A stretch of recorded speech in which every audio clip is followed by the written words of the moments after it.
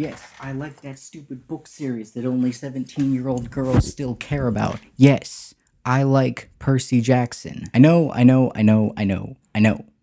Cringe. Lots and lots and lots of cringe. Got a problem with that? Prepare to be pulverized, newbie. Now I have this orange ass shirt on, and I've been assimilated into their cringe dystopia. I don't know, why am I starting like this? I guess my initial research into fan content left me kinda sad, but every franchise has their cringy sect of the fandom. It's just, it feels so much more prominent here. But it's not really the fans' fault. They're just poor directionless animals without content aside from interviews and their own imagination. Look at any popular book series prior to their adaptation and you'll probably see the same thing. You've got your passionate book reviewer cringe, your supercuts, your casting your favorite characters cringe. God, that one's popular. Oh boy, your TikTok, Vine, and tier list cringe. God. And of course, shipping. All the ships.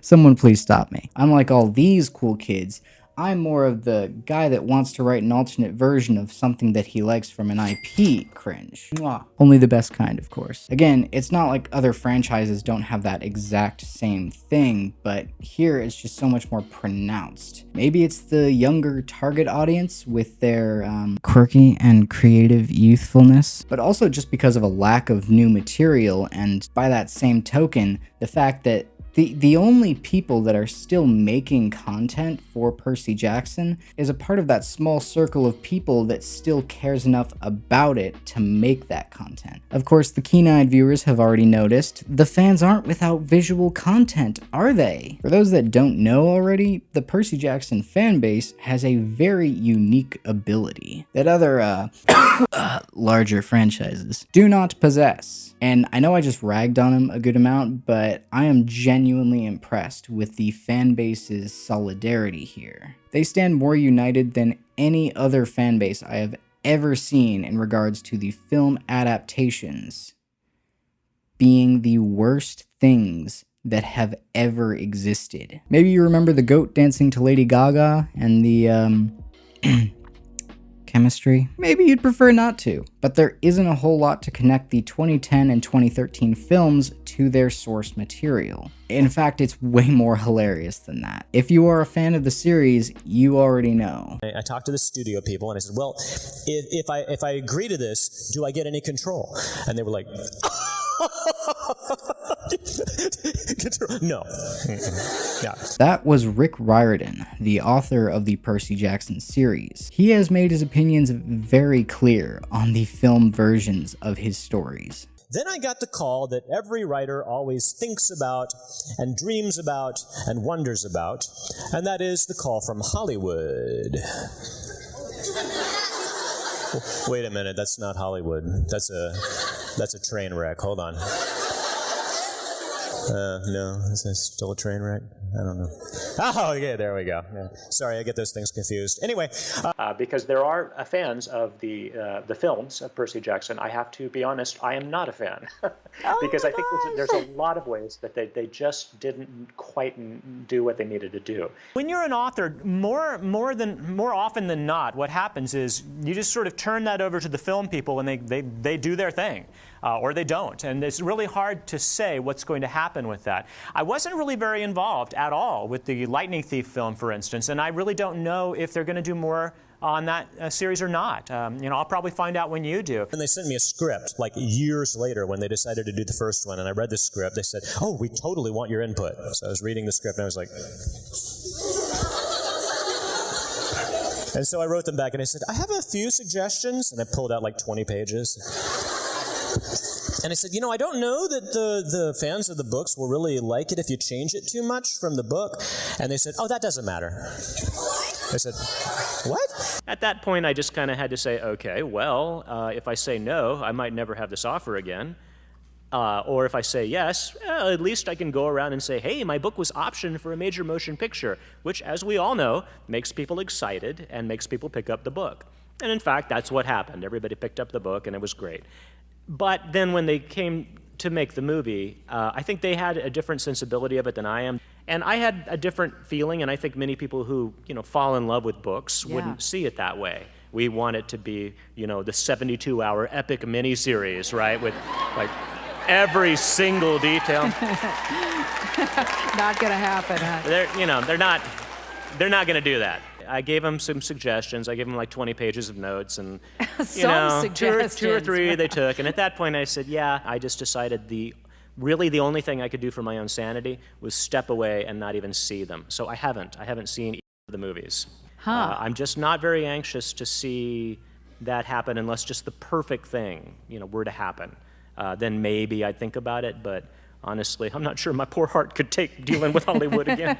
So everyone knows these movies were horror shows. From beginning to end, production, the aftermath, controversies here and there, nothing went right, and everyone knows it. It was all a tragic spectacle to behold. Hell, audiences found the musical far superior, and they had, to put it nicely, a far more modest production setup. But the film's failures weren't really evidence of weak concepts, quite the opposite actually, as the story itself was really phenomenal. This whole idea of a crazy world with Greek gods, monsters, prophecies, quests, and an overarching story of a near-apocalyptic event, all grounded in the real world, that's some really good stuff. And though the reading level is pretty low, I don't remember, I read it back in like 2008, 2009. Despite that demographic appeal, the subject material, being Greek mythology,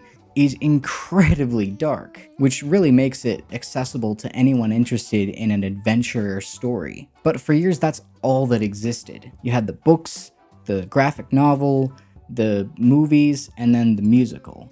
That was it. Memories of the text and the dying dreams of fans that just wanted to see their characters done justice. Which brings me to why I'm talking about any of this in the first place. The fans' directionless nightmare has finally ceased. It's been 15 years since the original book was released, and 10 years since the movie was released. No longer will these poor deprived souls have to rely on fan sketches or tears of false hope, for there is content once again. On May 14th, 2020, Percy Jackson was officially announced to be picked up for a Disney Plus show. With the Disney acquisition of 20th Century Fox back in 2019 came a lot of goodies. My immediate first thought back when this happened was, alright, so if they got 20th Century Fox, then that means Percy Jackson is now owned by Disney. And then I thought, oh, Percy Jackson is owned by Disney. Wolf! You don't talk to me like that! You little piece of shit! So when the news dropped that they were creating this new show, two equally pressing thoughts appeared in my mind. I've got a good feeling about this. That's right. I got a bad feeling about this. And then I saw who announced it. Hi everybody. Can we have your attention for a minute? Rick and I have an important announcement. That's right, Becky. After a lot of hard work and a lot of support from you guys, Percy Jackson is coming to Disney Plus. Yes! Yes. More later.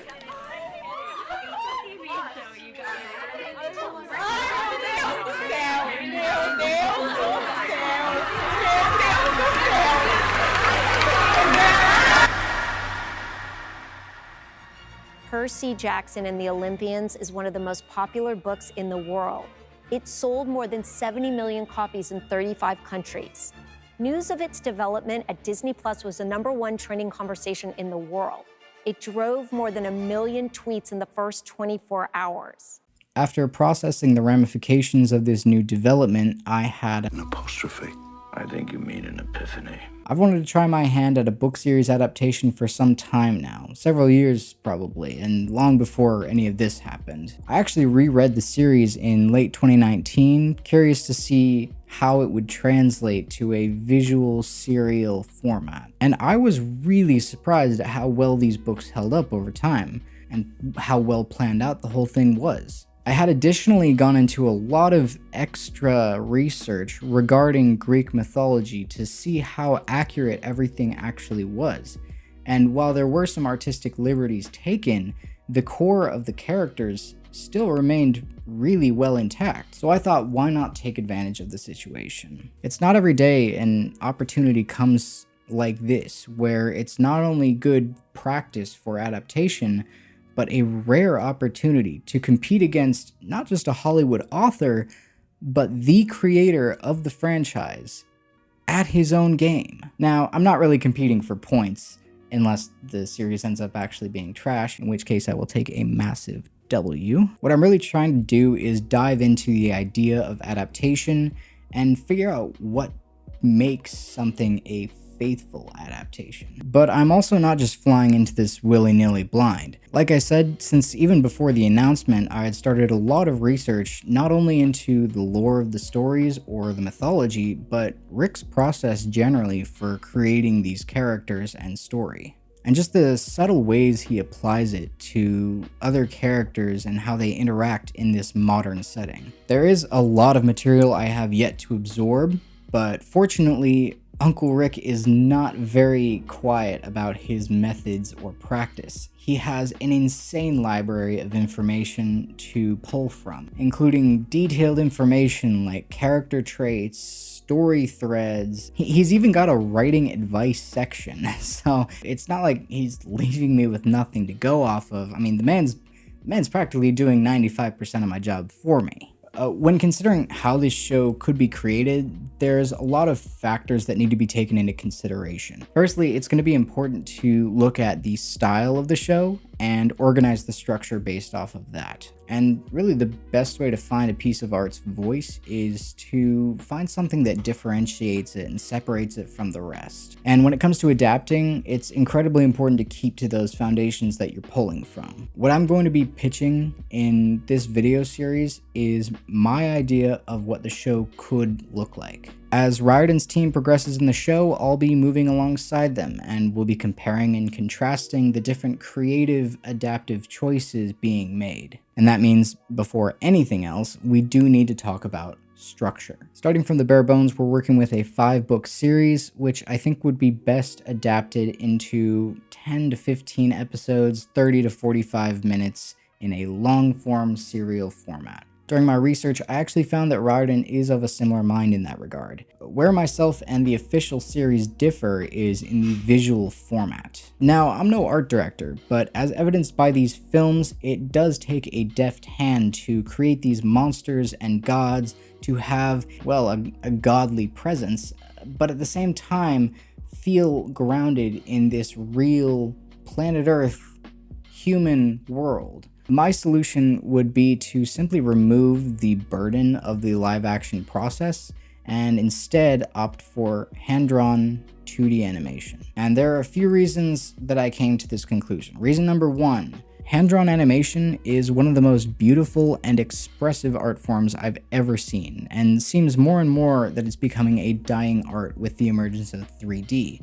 And that's not like a rip on 3D artists or anything. I have a burning respect for animators of all kind and anyone in that field really. But stylistically, I would be interested in seeing more large-scale 2D productions, and I feel that Percy Jackson is the right type of story to tell in that way. Reason number 2 is logistics. From a production standpoint, I can't believe that the production process for a live-action version would be streamlined. Casting 12-year-olds expert enough to maintain their roles for 5 seasons seems like a bit of a rough sell, to be honest. And I know Harry Potter has done this, but my assumption was that it was just incredibly lucky, like a 1 in a million miracle kind of thing. If Disney can pull it off, like, more power to them. But I'm just saying, I think that it would be much less of a stressful and constrictive process to avoid the hassle of dealing with live action. Removing all that stress would put a larger focus on the creative team's efforts to make the best story possible. And I think that is really what's important. And if I'm wrong, if Disney's able to do something really, really good and have some of these incredible actors perform their roles for 5 seasons straight, no problems, Seriously. Having charted out the time allotted for each episode, I've lined up a 10-episode season, roughly 30 to 45 minutes per. The events that take place in line with the books may vary, as some things translate to screen differently and require different amounts of time. But as of right now, this is the plot that can be expected for each episode. So the next episode of this series that appears, being as long as everything goes well according to plan and there are no major bombshell announcements, should be episode 1 of the show. In every episode, I'll be paralleling the book and eventually the Disney Plus show to compare and contrast the changes that were made and why. There is still a long time to wait before any new news about the Disney Plus show arrives. I'm mostly jumping on the bandwagon so early because I'm incredibly eager to hop on the train before it blows up Mandalorian style, but also because it will take a good amount of time to write this full season's worth of content. While Disney's team may have the advantage of Rick being on their board or team, as well as having it be their full-time jobs, my advantage is that I don't actually have to produce any visual content. I just am going to be making the scripts alone, and that's it. Currently, the most recent update is the showrunner's pilot script being sent to higher-ups for approval, and they claim they haven't even begun to consider the casting process yet. Rick and his wife Becky are surprisingly outspoken about their team's process and progress, so I'm sure that we will be updated immediately when something happens. As well, they have made it a point that they are taking their time on this project to make sure that it's done right, but again, once more impactful information starts coming around, I will be presenting my script sequentially, and we can then review the different adaptational and narrative choices made between my version, the Disney Plus version, and the original book. But that is all. This is just an introduction to the idea before Disney puts out any new information. As with everyone else, I do hope sincerely that Rick's vision is maintained and that they're able to create something that the fans will enjoy. For now, that's really going to be my only bar. My expectations are staying very neutral. I don't expect a quality masterpiece of cinema. I'm just looking for something that'll be fun. Until that time, I will be here waiting patiently with everyone else. So to the writers, I wish you the best of luck in the process, and yes, that is all.